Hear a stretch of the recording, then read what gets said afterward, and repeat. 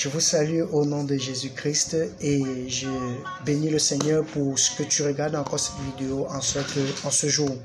Alors, nous sommes comme ça rendus au deuxième numéro de notre minute de foi et aujourd'hui nous aborderons le thème de mauvaises pensées. Oui, j'ai choisi ce thème parce que aujourd'hui, bien aimé, la société, les hommes tout entiers se focalisent beaucoup plus sur les actions en oubliant les pensées. Or, ça fait souvent des hommes ce que j'appellerais des tombeaux blanchis, ceux qui brillent à l'extérieur, mais pourtant à l'intérieur, ils sont pourris. Alors, pour déjà t'éclairer sur ce sujet, j'aimerais que tu saches que les pensées sont l'activité de notre âme. Car si tu ne le savais pas, nous sommes formés de corps, d'âme et d'esprit. Et notre âme, quand elle se met en activité, c'est ça qui est notre pensée. Alors, tes mauvaises pensées, quand ton être te met en désaccord avec Dieu et est en horreur avec Dieu. Donc, tu dois éviter des mauvaises pensées, car les mauvaises pensées peuvent conduire même à ta destruction, à la destruction de ton entourage, à la destruction de toute ta société entière. Voyez-vous, dans le livre de Genèse, au chapitre 6, au verset 5 et 7, la Bible nous dit que Dieu a détruit la terre tout entière par le déluge, pas parce que les hommes ont fait de mauvaises actions, mais parce que les hommes avaient des mauvaises pensées en leur cœur. Donc, bien aimé, les mauvaises pensées seules suffisent à Dieu pour nous détruire. Ces mauvaises pensées suffisent à Dieu les mauvaises pensées suffisent à Dieu pour s'éloigner de nous.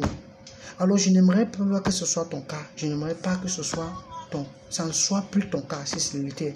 Alors, tu dois désormais filtrer tes pensées, qu'elles ne soient plus mauvaises. Car si tu sèmes une bonne pensée, tu récolteras une bonne action. Si tu sèmes des bonnes actions, tu récolteras une bonne habitude. Et si tu sèmes une bonne habitude, tu récolteras un bon caractère. Et le bon caractère t'amènera à une très bonne destinée.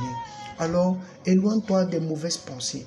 Mais pour cela, je vais te faire comprendre que tes mauvaises pensées les pensées en général viennent de 4 sources. De Dieu, du diable, de toi-même et des hommes. Et déjà, il faudrait que tu saches que les pensées venant de Dieu sont des pensées parfaites.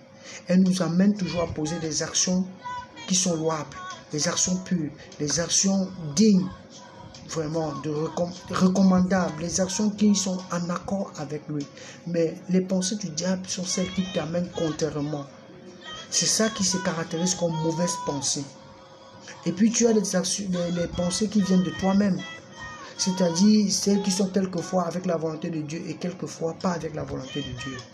Et il y a les pensées qui viennent des hommes, c'est-à-dire ton entourage, la culture, la mode et tout ce que nous faisons, les réseaux sociaux et tout. Alors tu dois désormais filtrer tes pensées afin qu'elles ne soient plus mauvaises. Tu dois désormais veiller à tes pensées, car ce que tu penses, c'est ce que tu peux être. Alors pense aux bonnes choses. Pense à ce que Dieu veut que tu penses. Éloigne-toi des mauvaises pensées. Car la Bible nous dit dans Proverbe 15 au verset 26 que Dieu a horreur des mauvaises pensées. Bien-aimé, qu'au travers de ce numéro en ce jour, tu veilles désormais et que tu filtres tes pensées. Éloigne-toi des mauvaises pensées, car ta destinée en dépend. Éloigne-toi des mauvaises pensées, car ton entourage en dépend. Éloigne-toi des mauvaises pensées, car ta vie entière sur cette terre en dépend. Merci encore d'avoir écouté ce numéro de ce jour, cette minute de foi.